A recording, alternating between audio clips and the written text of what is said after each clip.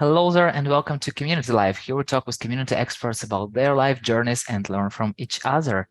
And today we have a conversation with Sofia Rodriguez Mata, Mario Party, and not only superstar, a super calm and confident speaker, and an expert who's been in community space since 2013, and just an amazingly nice person to talk to who searches for moments when someone's eyes lit up in conversations.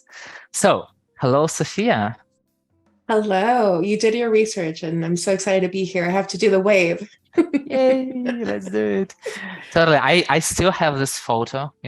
So I still have this Oh, photo of four of yes. us waving, and it's like near my desk. So totally. And I read that you are an ultimate spark finder. So tell me more about that. An automated pathfinder. I wonder, that might have been, do you remember if it was something related with a presentation or a session at Salesforce or another company? Yeah, it was at Salesforce, an ultimate spark finder. I believe it's about spark in eyes. Hmm. I don't remember. That's how far back you went. I'm sorry. Okay. Anyway, tell me more about why do you love talking to people and what is crucial point for you in those conversations? Mhm. I am incredibly fascinated by what made a person become who they are in the moment that I'm speaking to them. I think there's a lot you can learn from moving past the niceties, the superficial, elevator chats that we have with people where you ask, "How are you? I'm good. How are you? I'm fine." It's when you move past that, really like what you're doing in your podcast, in your show, and having real conversations with people, that I feel that you not only learn the motivations of a person, but you also take away something from their life journey. And I know it's something that you and I talked about at Community Rebellion. Like, there is so much that you can learn from a person who has lived 50 years, 70 years, 20 years, because you're gaining their years of experiences, just from short conversations. And I just love being able to break past the point where you move from a very, I want to say, transactional, like very superficial conversation, to really diving deep and getting to know an individual for who they are. And how do you do that? Because I always, when I have like 5-10 minutes conversation, it's always hard to jump like into the weeds. And for another person, it's hard to open because like we've just met. Can I trust you? So how do you Mhm. build this connection? It's very difficult. And I'll share with you that for me, going into the type of environment that you're referring to, like let's say you're going to a class or a conference, or you're meeting someone at the supermarket, it's not the right environment. And for myself, I have a lot of anxiety. So when I talk to people, I have to fight that urge in me to just go back into myself. So I think a big part of this has to do with the environment that you're in and the sort of setting that you're putting with the person. It's something that I learned while I was in university. I was really involved in student programs, and one of our facilitators had this activity where you had a series of questions, and the questions would always go from light questions to much Mm, deeper questions. So, to give you an idea, it would be something like, what's your favorite food? What's your favorite type of chocolate? And then he would come around and he would say, "All right, everyone, we're done with those questions. Now we're going to go into the next level." And mm, then the next level of questions might be something like, "What's the first meal that you remember your father cooking for you? Or mm. have you ever moved to another country?" And then eventually you get to like a very deep level, and you've had the prompts to allow yourself to go into that space of thinking where you are being very open and vulnerable. And the questions would turn into something like, what's your happiest memory? What's the most traumatic thing that has ever happened to you? And that last question is very intense because people go through a lot of trauma. But I think what helps is having the guide, being allowed to, even if it's just us two saying like, I'm going to have a conversation with you where I'm asking you to be open and be vulnerable. Is that okay with you? And you have the Mm, permission of the person. And then you have those, I think, exploratory questions, because the people love to talk about themselves, but I think people don't always get the opportunity to talk about what really matters, like what's really at their core. what really matters for you? Ooh. I really care about living a life that I am at peace with. And I've used the word peace a lot because I think there's always changes in life and there's things that you can't control. There might be a natural disaster. There might be something around you where a loved one passes away. And there's things outside of your control, but there are things that you and I do have control over. And I think a lot about the decisions that I make, and are they decisions that will bring me peace, that I feel aligned to my values. And that relates a lot to, my loved ones, my family, my friends, giving back to my local community, helping others. But I think it's really at the core, it's a very selfish thing. Is it just, do I feel like I am making decisions that align with who I am and my values? And how do you feel that? How do I feel it? I've gotten into the habit of asking myself questions either before I go to sleep or Mhm. when I wake up in the morning. So I do a lot of reflection in my life. And it's not something that I used to do all the time. It's, I would say, more recent of the past 5 years or so, where I moved from, I would say, not being such a reflective person to being a person who is more self aware. And as we were talking earlier about this, I think it's also the discipline, the repetition of doing things daily, Mhm. that it's turned into something that now I do every day. And it's a way to check in with myself. And do you check in mentally, or do you write something? Do you do some kind of journaling?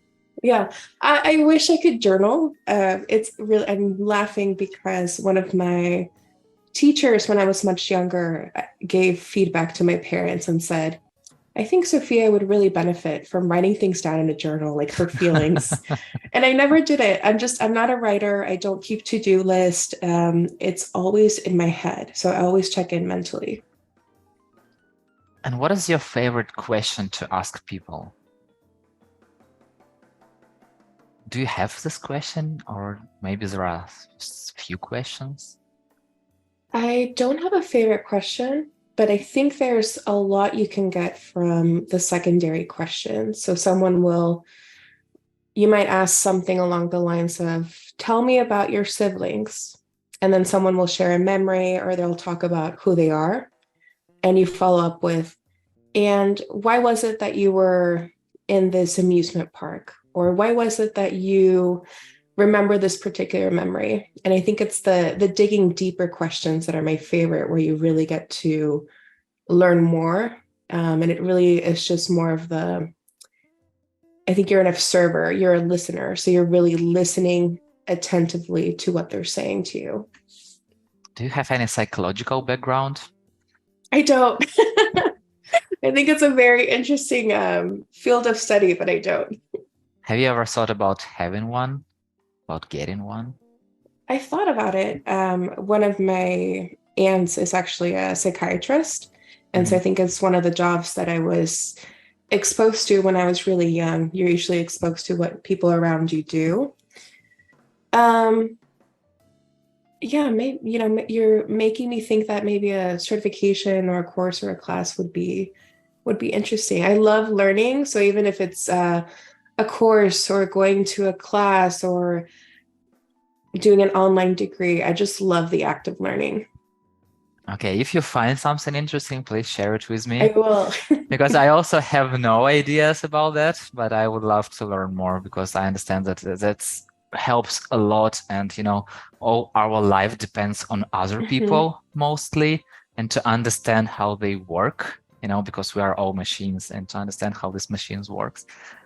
I Yes. believe it's really interesting. Yeah, and anthropology and ethics and cross-cultural communication, like all of those fields of study, I think also help us improve as professionals. So absolutely. If you find something, you tell me and I'll tell you if I find something. Got it. Deal. So, is there one Switch game you keep playing over and over again? I love that you did your research. The one that I'm most playing right now, and it's something where I'm playing every single day. That's how bad it is. It's from the Legend of Zelda video game series, and the new one is called Tears of the Kingdom. And if you're not familiar with it, or if someone listening in isn't familiar with it, it's a series. Yes, you are, and you have Hyrule Warriors. I love that one too. And So by you the get it. way, Hyrule Warriors, I just got yesterday, Hmm. and my kid keep playing for the second day already. And it was because of I was preparing for our Hmm. conversation, and I saw it on Oh your or wow. your Twitter. I was like, oh my God, I need to have it. And I immediately ordered it. And Does he like this, it? yeah, it's really nice. And Hmm. Tears of the Kingdom is the second one. So Hmm. that's why I asked you. And please keep giving me all spoilers. Well, I hope you like it. It's funny because when you talk to people who are hardcore gamers, they always talk about like PlayStation, Sega, having a Steam and just playing games like Diablo 4. And I've always been just a Nintendo player.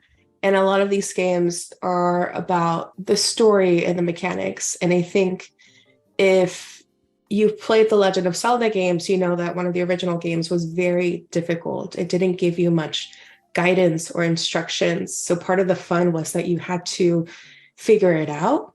And I Mhm. actually think video games is part of the reason why I got into community building, Hmm. because when you would get stuck and you could go online, you would search through answers and discussions from other players. And then that built little communities and groups and forums and guilds. And I think part of that magic of having to find a solution and relying on people really comes from games like The Legend of Zelda. Did you find all the shrines and side quests in Breath of the Wild? I did. I'm a complete completionist. So I will find every single thing. Did you do it yourself?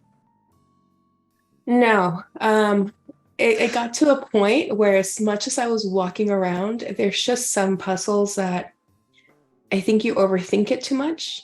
And there's actually very simple solutions. So I definitely went online to look at what other players were doing.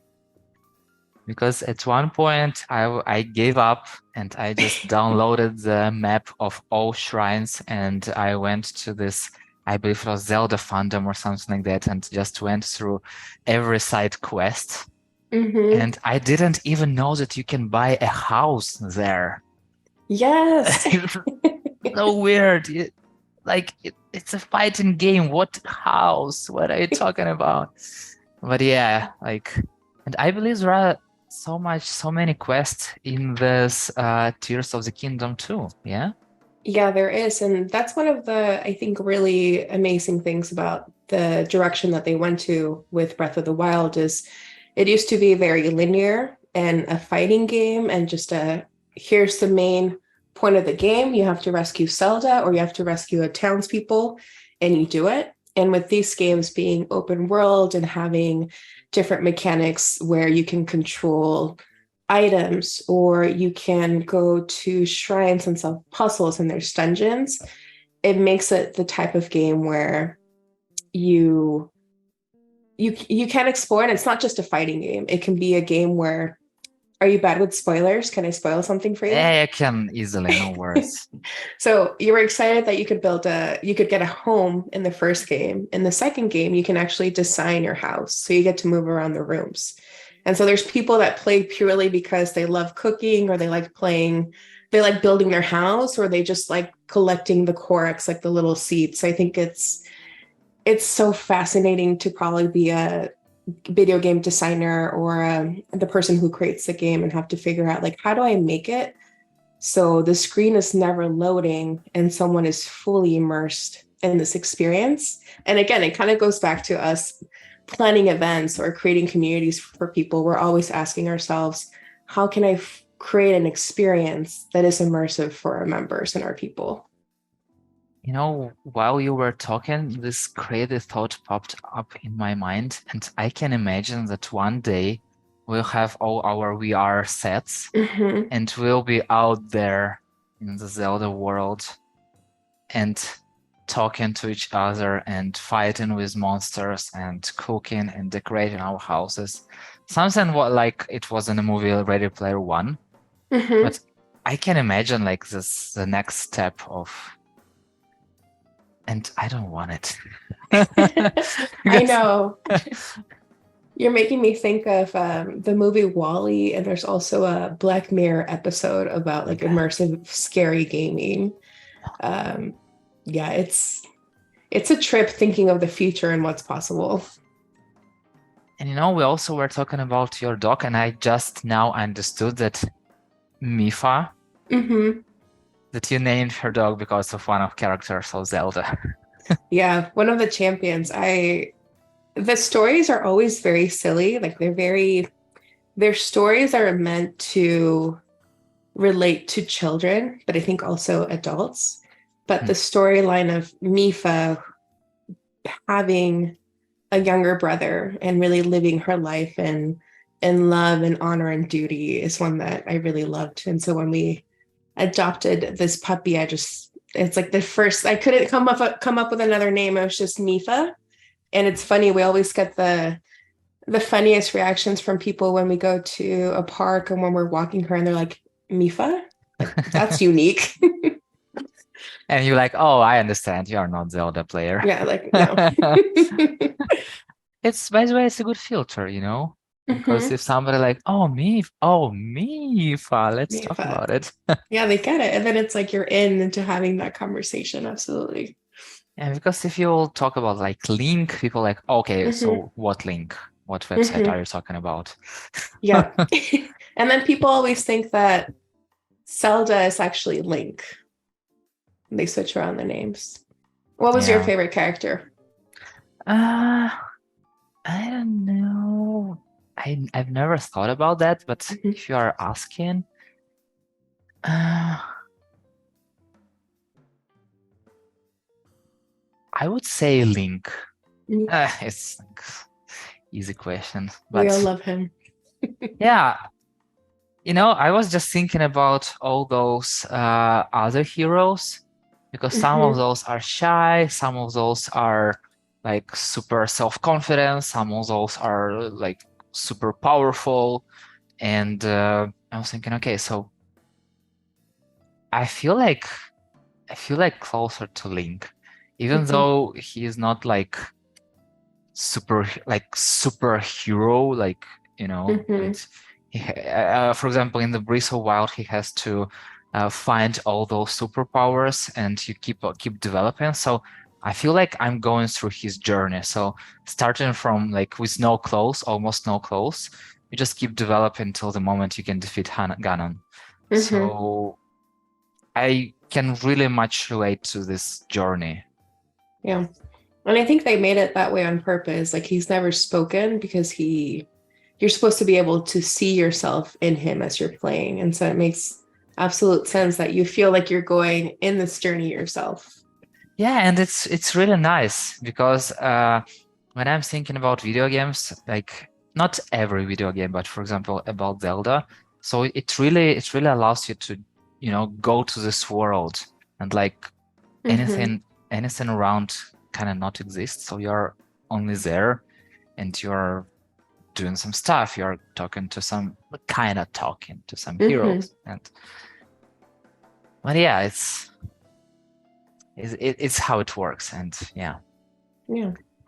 Tears of the Kingdom is the second. Okay? It will be the third purchase.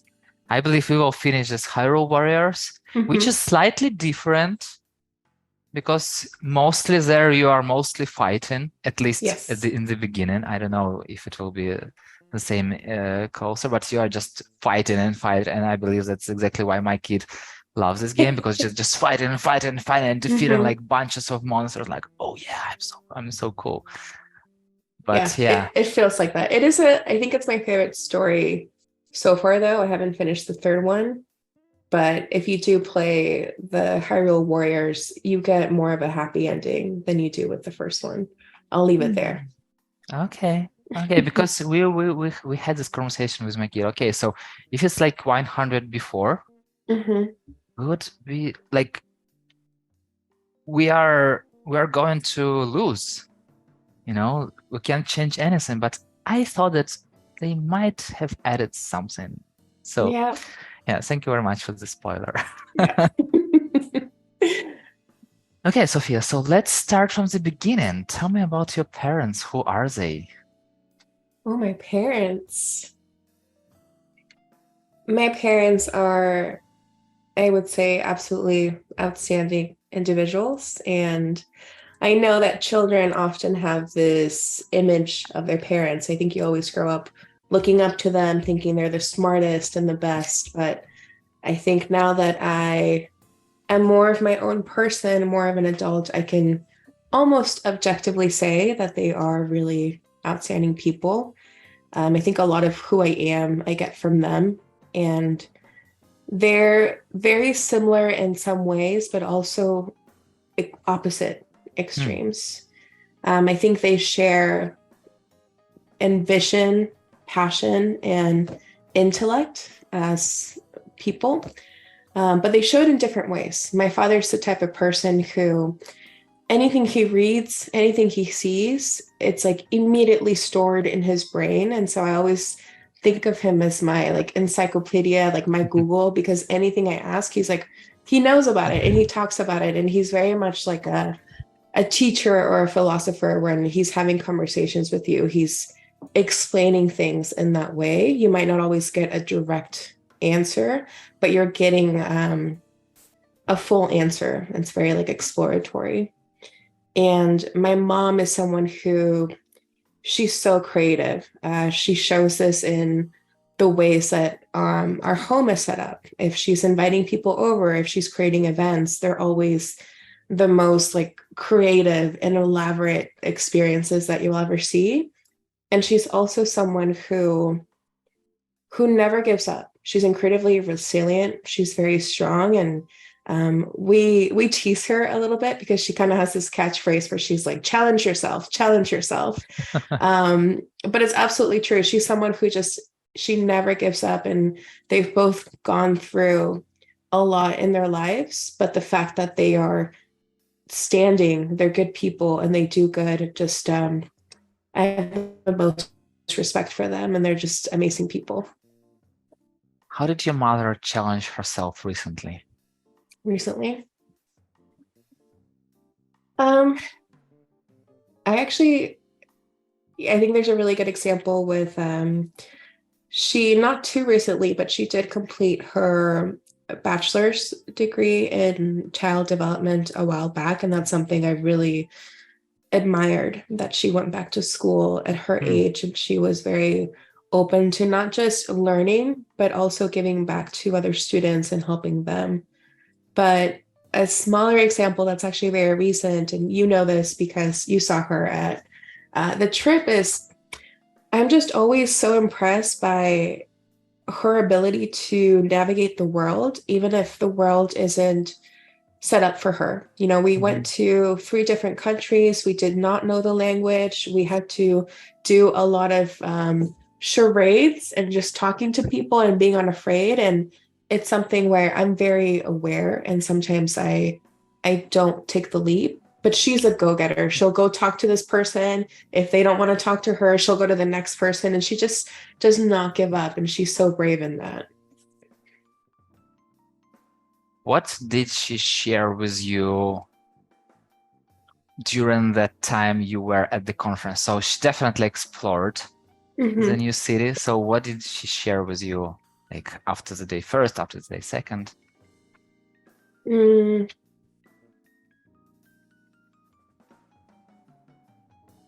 I think we shared the experience. Something that she actually mentioned was, it's one thing to travel the world by yourself. You can do it. You can get on a flight, you can get on a train, and you can go to new cities and meet people. But the fact that we were together, we were creating an experience and a memory.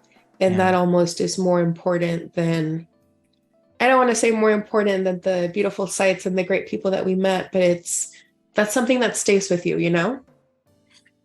And you can always go back to these memories and you can Hmm. always have somebody to talk to about it. Exactly. Yeah. And did your father know all answers to every questions you asked him while growing up? I think so. I think if you asked him, he would say probably no. But from my perspective, he just seemed to always know. And I always ask myself, like, how am I going to be this person for someone that just knows everything? But luckily now we have Google and YouTube. You can just go on your phone and be like, what is the answer to this question? Sometimes I feel that I try not to do that, Hmm. but sometimes if my kid asking me some question that I don't know an answer for, I'm like, yeah, 11 years old, go Google it. Yes. Yes. And I also feel like it's not that I always have this two side of a coin. From one Hmm. side, I understand that he needs to know how to use Google, how to use ChatGPT, how to find information, how to deal with it. And the second, like, but he's asking me. He Hmm. won't ask me in 10 years. So maybe I should know that. So how did it feel growing up and having answers to every question? Hmm. I think because they're both very intelligent people. And I think part of what you're describing is also teaching someone the skill to learn for themselves. And when I mentioned, for example, that my father is very much like a teacher or a philosopher, that's his approach. Like, I Mhm. will get an answer, but I'll also get an explanation and the interest to want to learn more by myself, to look it up. And so I think that's something that they were both very good at. It's if you have a question and you don't know the answer, you have the resources to find the answer, and you should never like leave a situation not knowing, like not learning something. And how do you learn nowadays? So many ways. I learn through people, I learn through conversations, on the TV, online, on my phone. I'm very much, I might get one interest and then I'll research it very deeply and then I'll move on to the next. So it's one of those things where I feel that I'm okay at a lot of things. I might not be an expert at one or two things, but I do feel like I can figure out most things. Yeah, I feel like it's a good skill when you just know just enough information on a topic. And then if Hmm. you need to continue, you can always find it. Exactly. Yeah. Because if you don't know, then you get stuck and you freeze and you can't move forward. And it's also good to have some people, who you can ask. So, Hmm. and let's move to yourself. Tell me a little about your childhood. So, from what age do you remember yourself? Oh, this is actually a topic that fascinates me because when you're a child, there's memories that you think are your memories, but they're Mm, actually stories that your family told you about yeah. yourself. And I have a lot of those memories where I think it's me remembering, but I think I actually just created the memory. Um, so I honestly don't know if they're real, but one of the earliest memories I have is I remember walking in snow, and that would have been when I was very, very young because we temporarily lived in the United States in a place where it snowed. I Mhm. also remember being in some type of school and being on a tricycle and having a friend. So it could have been kindergarten, I could have been 5 or 4 or 6. And then there's the memories of being in Mexico and I think probably being older around 6, 7, or 8 that are, I think, more of my memories. Mhm. But yeah, it's just fascinating even thinking and of like when do babies and when do children start to really form those memories? And what that time was like for you? I loved my childhood. I grew up in Mexico and I had a very strong family unit. You know, I have deep memories of celebrating holidays with my cousins, with my aunts, with my uncles, and being in very long road trips where we would be in a car, all of us squished together and just driving for 8, 10 hours. And all you would see is just the road and some cacti, beautiful mountains and rocks. So I think I remember a lot of love being together with people. And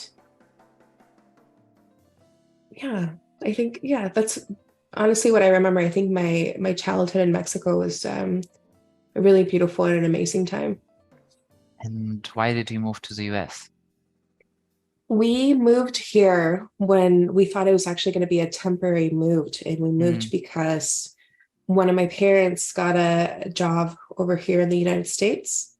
And then circumstances with one of my younger siblings, the way that they were born and just the type of care that they needed made us want to stay longer in the US and have mm, this type of care with the doctors.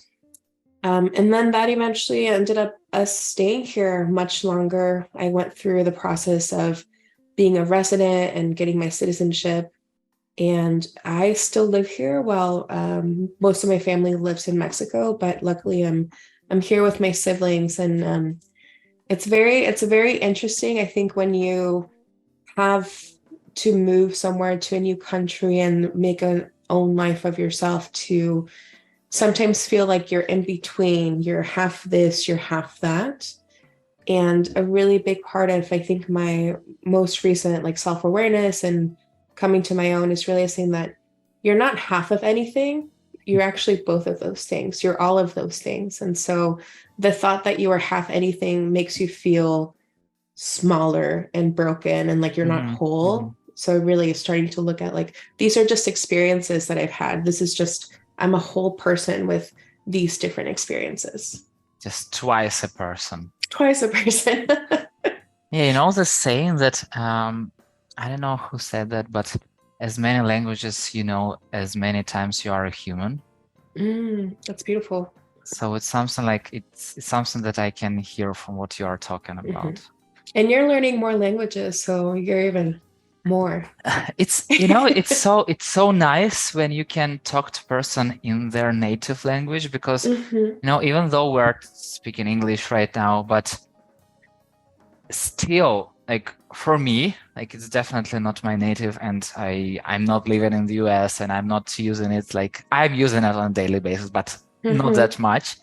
So for me it's I still can't share all of my emotions and all of my thoughts and like to speak as easy as I can in my native language. So Mhm. I believe that talking to somebody in their native language is, you know, just one more kind of beauty of this personality. So you can even, know more about people. Yeah. I wish I knew more languages.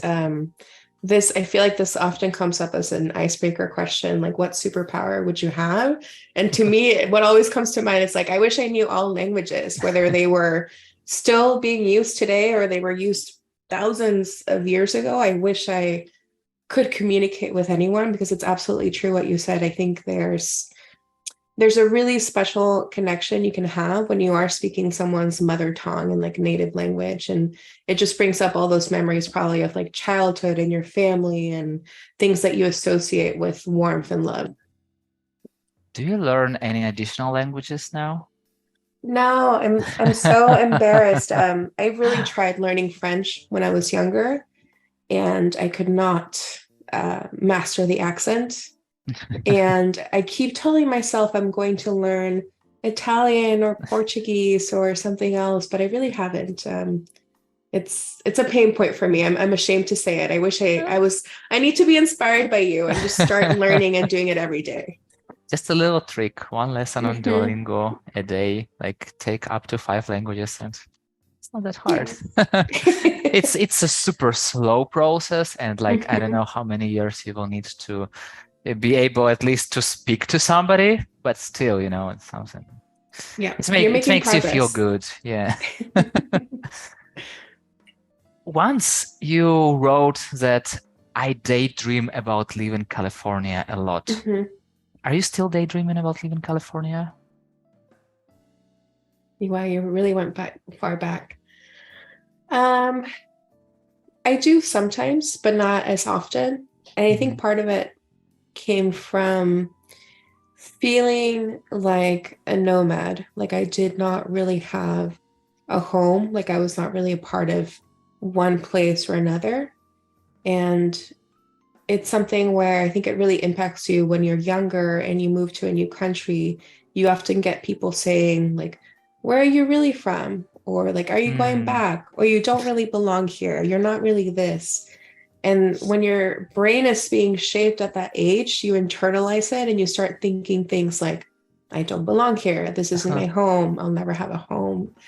And I think more recently, because I've been able to create a home for myself, Mhm. this feels like more of a permanent situation. But I also know that life can take you anywhere. You never know what's going to happen. So I'm always open to the possibility of creating a new home, going somewhere else, going outside of California. And it's a wonderful state to have ended up with. California, have you been to California? No.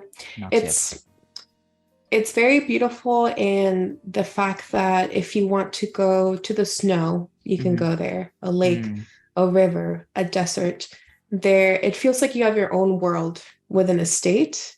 Yeah. Uh, but the world is so much bigger than the United States. It's so much bigger than the continent that I'm in. So I think there's always just that need to explore and be new places. But it still feels nice to have all these things near you. It, Mhm. it it reminds me of the world of Zelda because you also have like everything in Yes. there, and you You can have easily different travel uses. to every part. Yeah. I wish I could travel as easily as they can do in that game, just like warp to different locations.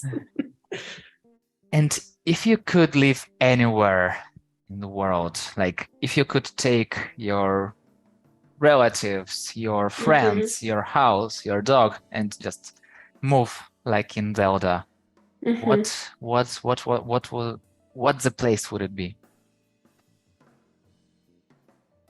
Because I had not seen as much of the world as I want to see, I don't think I have the my final answer right now. But I do think that moving either to a place that's English speaking or Spanish speaking would be a great option.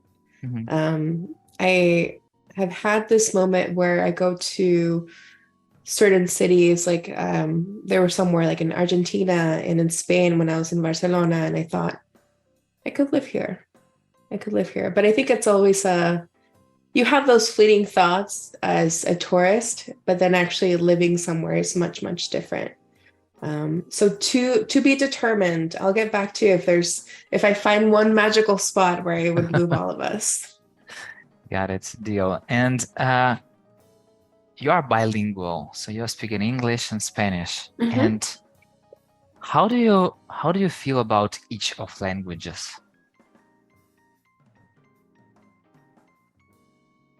I feel that this is my impression, my perception. I think that Spanish is a warmer language. Mhm. There's a lot more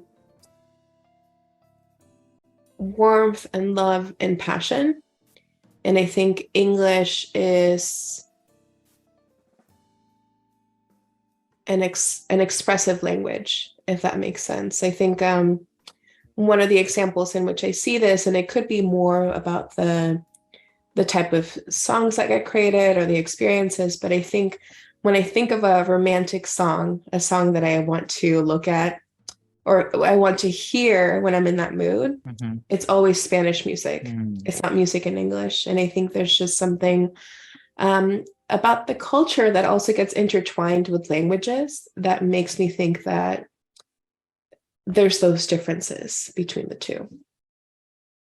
I'm asking this because I've heard, I never read this book, but I know there is a book which Mhm. in which there are a lot of words from different languages. And in some languages, there is one word that explains like, I don't know, the whole Right. paragraph of feelings, of Mhm. emotions. And I'm curious just about your experience. And yeah, Yeah, it's I, super interesting. I think that book probably has good examples where I know there's a language and I forget the language. So if anyone listening in knows it, please don't judge me. But there's, people that live in the snow where it's always snowing have Mhm. more words to describe the type of snow that we Yeah, might yeah, yeah, have. yeah, yeah. So I think it's just from like a language anthropology perspective too, it's so interesting to figure out like how we have come up with languages and how to describe the world around us. You just reminded me that Ilker shared it with me that when he lived in Manchester, they had like so many different ways of explaining the weather and Mm, also the beer. mhm. The beer, of course. So yeah, I totally get what you're talking about. And how often do you use WTF, WTF, WTF mantra while meditating? um, Not too often, likely, but sometimes there's some scenarios that come up. So as long as you can focus on a word and an emotion and just push through it, I think it's helpful meditation, helpful mantra. When will you open your art gallery coffee shop? Oh, the dream, the dream. Oh, I hope someday. It's one of those ideas that always seems like a dream to me and something that I would love to do. And it's interesting being in the United States. I don't know how many other countries have this sort of mentality, and you can definitely share with me the work culture from your country. But in the US, it's very much if you love what you do, like you'll never work a day of your life. Mhm. And everyone asks, what do you do for a job? What's your title? It's very work centered. Mhm. And I found that that's not who I am. I think for a really long time, it was sort of pushed onto me that you found happiness and joy through your job and what it is that you do. But I think it's just sort of like a trap from society and just like the culture of like making sure that you're a worker bee. And so Mm. when I think of this dream, it's more of like if I had all the money in the world, if I was comfortable and if I was just at peace, like what could I do that I would find fulfillment in that's not necessarily about my title or what I do, but just something that I enjoy to do. And I think part of it was that, I love coffee. I think I probably Mm. had coffee the first time when I was very, very young. I shouldn't share the age because I know a lot of people have negative feelings about giving children caffeine, but I eventually became a barista, so I know how to make coffee and I just Mm. love art. I love designing and sketching and illustrating. So it's like mixing those two interests into a concept of work and something to do. So basically, you have everything you need to start this coffee shop, you know? So it could be next year. Okay, got it. It's Uh, hard to compete with Starbucks though. I had, uh, once again, I don't remember who exactly it was. Maybe it was even Peter. Hmm. And he told me that in Australia, there is only one Starbucks. Oh, wow. And they have a lot of coffees, like small coffee Hmm. shops. And because they really love coffee and like a lot of people do in a different way. So yeah, I believe, like art coffee shop can definitely compete with Starbucks. Maybe I'll have to go to Australia. Actually, I didn't get to go to too many places in Australia, but where I did go, they had excellent food, excellent coffee. But I'm so afraid of all the animals that can kill you just by going outside. Like, have you seen the worms and the snakes and the spiders? I'm like, I can't. No, no, no, no, no, no, no. Just thinking about those spiders. No, thank you. No. By the way, are you afraid of spiders? Um, I just don't want them in my house. I Mm. don't run away screaming, but I just don't want them in my house. And I think they're actually super helpful. Like there's one spider in the corner by my kitchen outside that I've been looking at for the past couple of months, and I'm just like, you do your job, keep eating those flies, but stay in that corner. Yeah, exactly. I totally feel it because I have the same relationships with spiders. So I love watching them from Hmm. distance, and even the bigger they are, the better. But just as long as they far Stay away from there. me. Yes, like Yes. as long as they're doing their job and not trying to be friends with me. Exactly. So talking about um, this culture, work culture in Ukraine, I believe it's the same. So Hmm. it's all about, making money, making money, making money, and then maybe leave if you're good enough in making money. Hmm. And I love the saying from Haruki Murakami, who told that with money, I can buy time to write. Mm. So I believe that many people are thinking that way. So if I had money, I could do something. But it's also really very different, because I believe that if you have really passion for something, Hmm. you will definitely have money Yes. because people will feel it. And it's hard to hide the passion. And Hmm. yeah, but anyway, where is your love of art from? Oh, great question. I think thinking back to, we were talking about childhood and growing up, every place that I lived in, whether it was an apartment or a house, my parents always had artwork in every wall. Mm, I remember sometimes friends would come over and they would make some type of comment like, it feels like an art gallery, like a museum in here, but mm, not in the cold way, just in the way that there's always a lot of artwork. mm, And I think growing up in that environment really inspired me to see it. If you see it, you kind of believe it and you think you can do it. And I actually give a lot of credit to my mother, who I remember when we moved here, there was a school that had art classes. And I forget what exactly happened. I don't know if it was I came in the middle of the semester mm, or the class was more advanced and they had requirements to start at level one. And she was, it goes back to her never giving up, like challenging yourself. She said, no, like she needs to be in this class. You need to let her in. You need to let her in. And she would keep knocking on their doors, keep asking. And eventually I got into that art class. And at that school, I ended up winning an award for, I think it was like the best artist or like the best mm. artwork of the graduating class. And I think those things combined where it was something that I was in my environment, I had curiosity for. We had conversations about artists and different periods of time and the artwork that got created through it.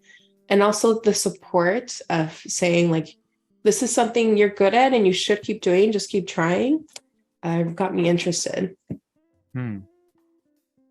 How come you are not an artist?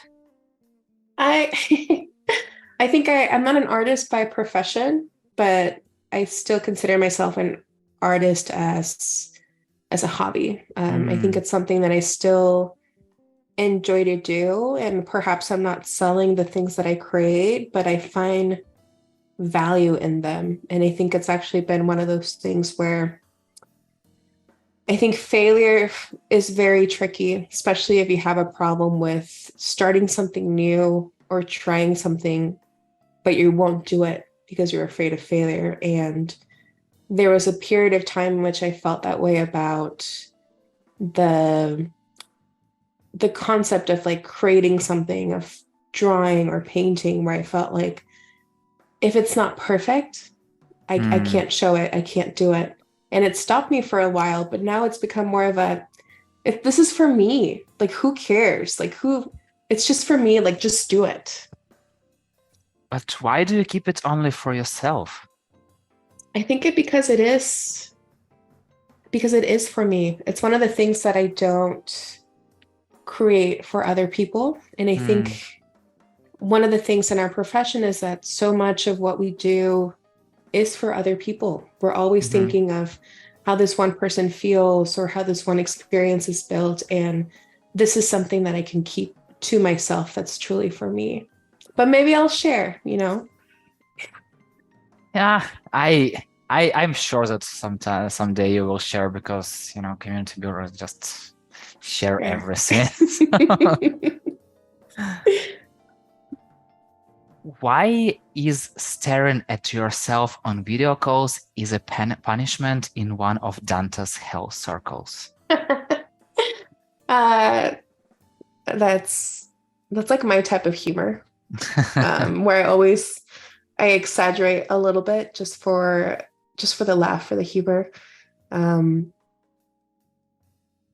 yeah, I think it's just one of those things where, especially during the pandemic and we all moved to video calls, it felt very painful to not have physical closeness to people, being able to interact. And when you're on Zoom, Hmm. unless you turn off this feature, you're looking at yourself and the faces that you're making instead of truly focusing on the other individual. And it just felt like a punishment. Like why are you forcing me to look at myself?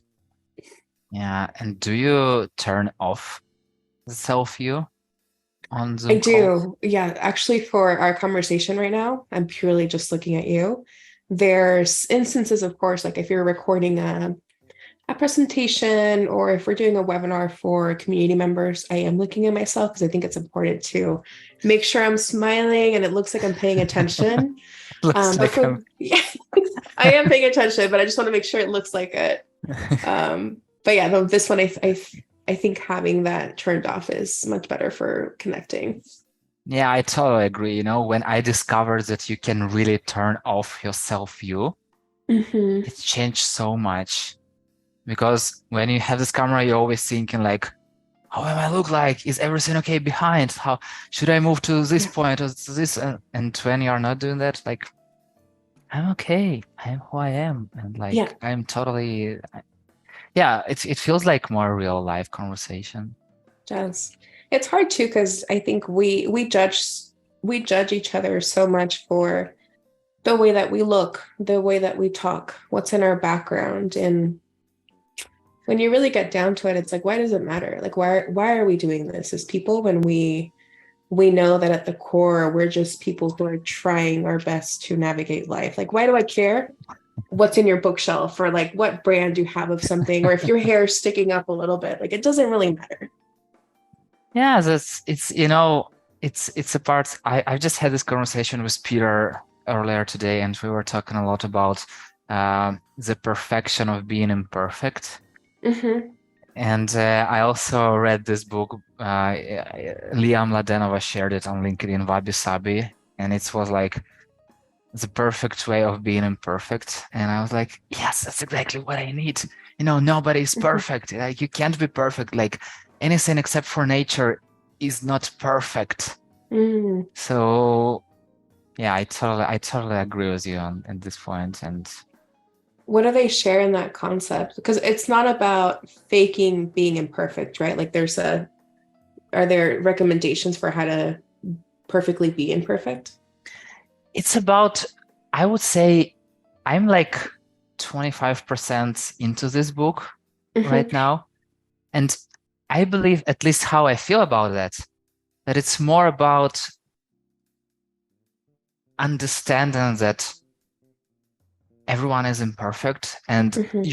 you yourself is imperfect, and it's okay to be imperfect. Because if you were Mm-hmm. perfect, you won't be yourself.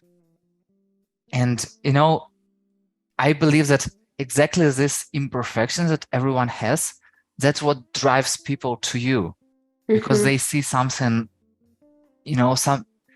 some people may love your imperfections, even though you might hate it. Mm-hmm. So why care? Yeah. Just be yourself. I am who I am. And I always say this thing I learned from the Lion chocolate advertisement, that if you forgive me my imperfection, I'll forgive yours. Mm-hmm.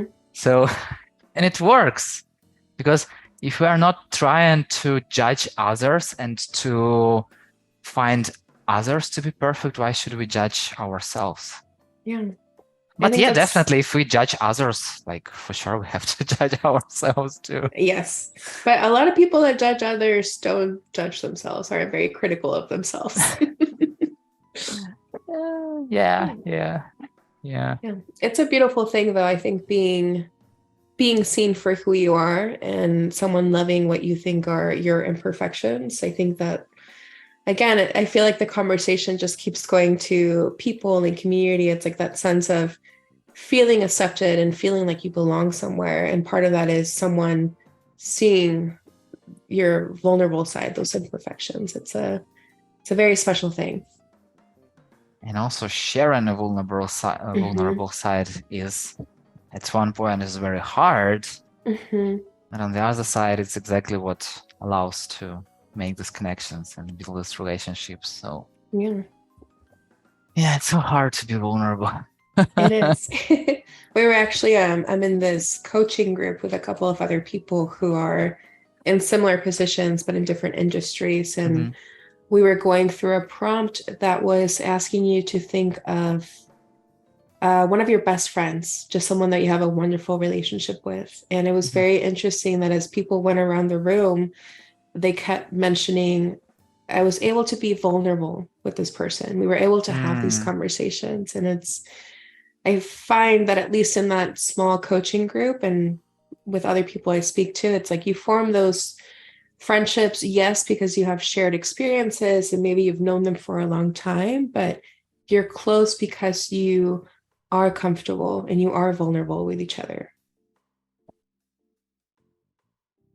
And also because you allow each other Mm-hmm. to, you know, be yourself, and Mm-hmm. once again, not judging.